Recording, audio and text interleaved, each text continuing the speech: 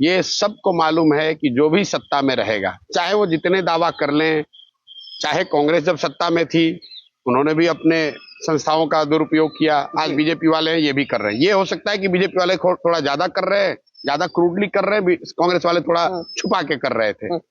जो भी सत्ता में रहा है उसने संसाधनों का, सरकारी संस्थाओं का उपयोग दुरुपयोग उनको करना ही करना है।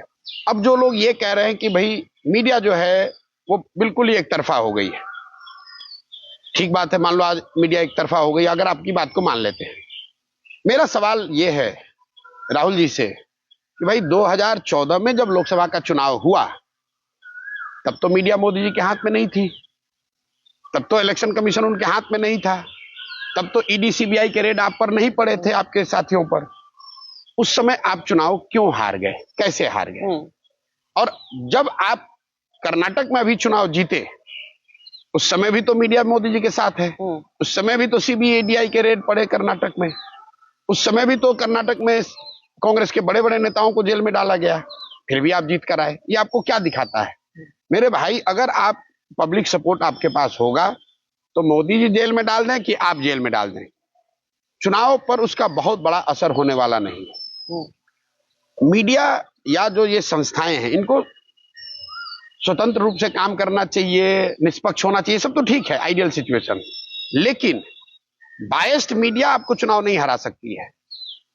मीडिया तो एम्पलीफायर है, अगर जमीन पर टर्बुलेंस दिखेगा तो मीडिया उसको थोड़ा कम दिखाएगी या ज्यादा दिखाएगी, दिखाना तो पड़ेगा ही पड़ेगा।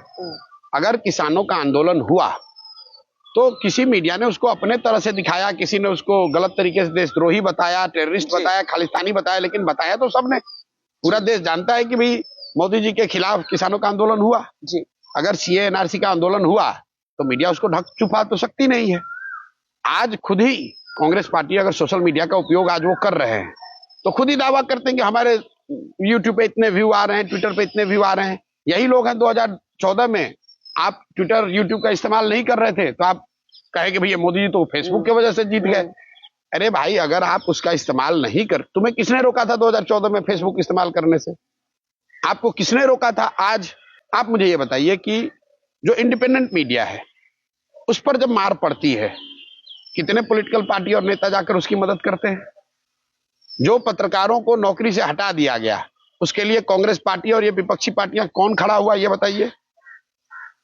लेकिन आप ये सोचते हैं कि मीडिया अपना रोजी रोटी छोड़कर, अपना गर्दन फंसाकर, उसकी जिम्मेवारी है कि वो आपका नैरेटिव बनाए, आपको सपोर्ट करे। और विपक्ष के नेता होने के नाते आपकी जिम्मेवारी क्या है कि जब कोई मीडिया का साथी, बीजेपी उसको विक्टिमाइज करती है, आपको भी तो खड़ा होना चाहिए। आपके भी तो लोग हैं, आपके भी तो बेनिफिक्टर्स हैं, आप भी तो मदद कर सकते हैं। कांग्रेस पार्टी अपने खर्चे के लिए या कोई भी जो विपक्ष पार्टी है वो पैसे आज इकट्ठा कर रही है कि नहीं, कम या ज्यादा? तो भाई उनमें से कुछ लोगों की मदद से आप मीडिया की मदद कर लेते। लेकिन ये मीडिया के साथी अपने से लड़के, अपना यूट्यूब बनाकर, अपना कोई आया मदद करने, कोई मदद नहीं कर रहा। लेकिन वो ये सोचते हैं कि देश संभालने की जिम्मेवारी आपकी है, नैरेटिव बनाने का आपको हमारे साथ खड़ा होना चाहिए। इट्स लाइक, मतलब why are you playing the victim यार?